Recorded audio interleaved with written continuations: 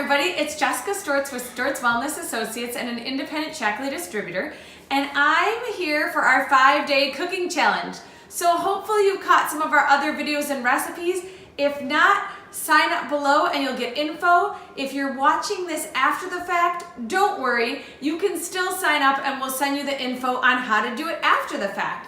So we picked a lot of these recipes a month or so ago when it was still cool, but luckily as I'm recording these, it happens to be a day that's going to be cool. So use these recipes when you want, or do the challenge when it's winter time, wherever you want. You have to make this work for you. The whole idea with this 5-day cooking challenge was to get you guys out of your comfort zone, was to get you to try some new recipes and also some plant-based recipes, and to show you that you don't have to spend a lot of time in the kitchen to eat healthy. So today we're making vegetarian quinoa chili. And in true Jessica Stortz fashion, for those of you that know me, I always forget an ingredient or misbuy things, or I went to the grocery store last Thursday, must have used some of the ingredients, didn't catch them. So I improvise a lot when I'm cooking. At first I needed to follow all the recipes to a T, but now I find I don't need to do that anymore, and I just make them up as I go. I will link to the original recipe in my blog post, but in my blog post I'm going to tell you how I chose to do the recipe. Today is a busier day. We have tumbling tonight, and rather than try to cook at that 4 o'clock hour to have it done by like 4:30, 4:45 so the kids can eat before we have to leave at 5:30, I'm choosing to throw this in the crock pot. And I'm also choosing to skip some of the steps, like sauteing. I don't really feel like it's necessary to saute the things. So what I'm going to do is talk you through the ingredients that I'm going to use, and then I'm gonna throw it all in the crock pot and it's done. And that's what I love about this. If you have an Instant Pot, you might be able to alter it to do that. I do not have an Instant Pot. It's not something I've gotten into yet. But anyway, let's get started on our vegetarian quinoa chili. So first we have quinoa, and I buy quinoa from Aldi in a bag like this. It's a white quinoa. It is a whole grain. Quinoa is higher in protein. It has 6 grams of protein in it, and it's a great protein source for vegetarians. So there's that one. Quinoa also comes in a red quinoa, has a slightly different flavor. I discovered it when I was out at Shaklee headquarters. They made these quinoa bowls. So I use quinoa a lot, and you don't realize all the uses that it has. I will just cook up red quinoa and I will add some dried cranberries, and I add it to a salad bowl. I make these Mediterranean quinoa bowls. You can search for the post on my site and you can see how we make Mediterranean quinoa bowls, which are really delicious. You can also take quinoa, we're using it in chili. I use it in my vegetarian black bean burgers, which you can also check out on the blog. And you can also just cook it up and add some seasonings and spices and make it a savory thing. I haven't found a dish that makes it sweet. I've made sweet steel cutouts, sweet brown rice, as like a breakfast dish, but I haven't found one for quinoa yet. But let me know in the comments, what are your ways to use quinoa, because this might not be an ingredient that people use very often. Again, in the bulk food section you can find quinoa, but it's pretty common. I find the red quinoa harder to come by than the white. So we have our quinoa, a little bit of water, onion, again the minced garlic, not in oil, already minced to save time, a jalapeno pepper, some carrots, some celery, some green pepper, a red pepper. I was supposed to have a zucchini. That's the thing I failed to have. I don't know what I did with it, or if I thought I had one and used it, whatever. I have tomato sauce. It's 15 ounces, so I have 2 of these small 8-ounce ones. It's supposed to be a larger can of diced tomatoes, or they actually say 3 15-ounce, but you sometimes can buy them larger.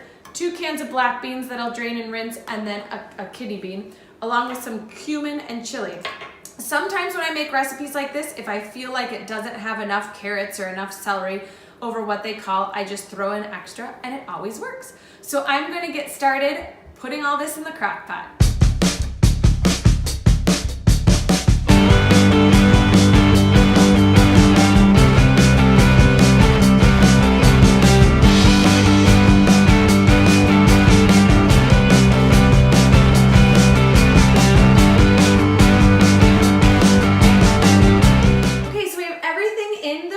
Pot, and a couple tips that I wanted to give you. I love the flexible cutting mats, especially when I'm chopping a lot of things. Again, I can just twist them, dump them in if you've seen my other videos. I love this Pampered Chef knife. It's just my favorite for the size of things that I usually chop. I also love their adjustable measuring spoon. I didn't use it this time because all I needed was a tablespoon. A tip for moms.